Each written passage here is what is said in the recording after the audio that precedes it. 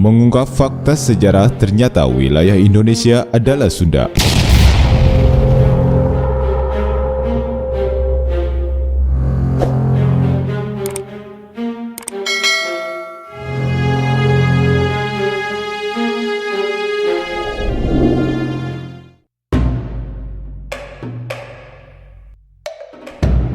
Berbicara tentang nama Sunda, sudah pasti kita mengenalnya dengan nama salah satu suku yang ada di Indonesia. Suku Sunda atau Orang Sunda adalah kelompok etnis yang berasal dari bagian barat Pulau Jawa dengan istilah Tatar Pasundan yang mencakup wilayah administrasi Provinsi Jawa Barat dan Banten. Penamaan etnis atau suku yang lahir dari peradaban kuno biasanya mengidentikan sebuah daerah atau wilayah yang menjadi tempat mereka tinggal dan membangun sebuah tatanan kelompok untuk sebuah peradaban. Akan tetapi berbeda dengan suku Sunda, mereka yang termasuk salah satu suku tertua di Indonesia yang berasal dari Pulau Jawa, namun tidak disebut dengan suku Jawa. Seperti halnya masyarakat yang berada di daerah Jawa Tengah dan Jawa Timur, mereka dikenal dengan nama suku Jawa. Nama atau istilah Sunda ternyata tidak sesederhana yang kita kenal selama ini yang hanya sebatas untuk penamaan suku atau etnis saja. Fakta sejarah menyatakan nama Sunda sudah dikenal sejak dari lama, terutama oleh kalangan akademisi yang menggeluti bidang geografi atau ilmu bumi. Pada sekitar tahun 50-an masih ditemukan istilah atau sebutan Sunda Besar dan Sunda Kecil. Wilayah Sunda Besar meliputi Pulau Sumatera, Pulau Jawa, Pulau Kalimantan, dan Sulawesi. Sedangkan wilayah Sunda Kecil meliputi Bali, Nusa Tenggara Barat, Nusa Tenggara Timur, dan Maluku. Gabungan dari keduanya itu di zaman dahulu dinamakan dengan Kepulauan Sunda atau Sunda Island.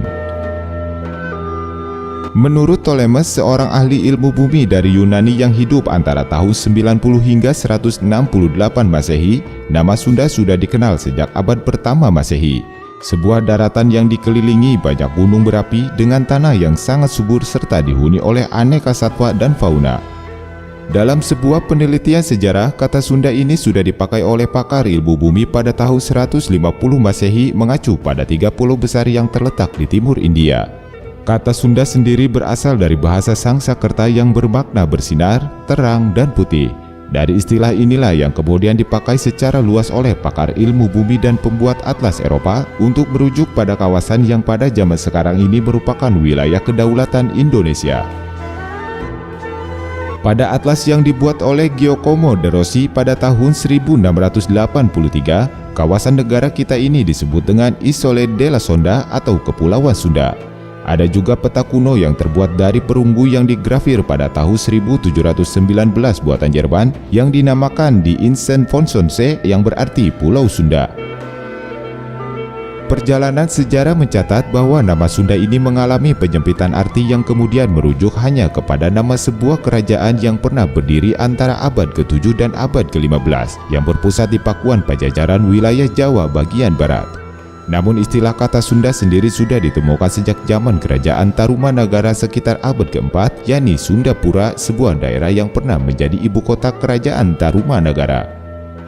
Kerajaan Sunda yang juga dikenal dengan sebutan Kerajaan Pakuan Pajajaran mengalami puluhan kali pergantian kekuasaan, termasuk di dalamnya masa kekuasaan Sri Baduga Maharaja atau Jayadewata atau lebih dikenal sebagai Prabu Siliwangi dan berakhir di masa kekuasaan Prabu Ragamulya Surya Kencana pada tahun 1579 Masehi. Jika melihat dari keterangan tersebut, sudah jelas memperlihatkan istilah Sunda secara geografis jauh lebih luas dari sekedar hanya merujuk ke wilayah Jawa bagian barat yang kini dikenal dengan Provinsi Jawa Barat dan Banten. Sunda ternyata melingkupi seluruh pulau Jawa dan pulau-pulau lainnya di Indonesia.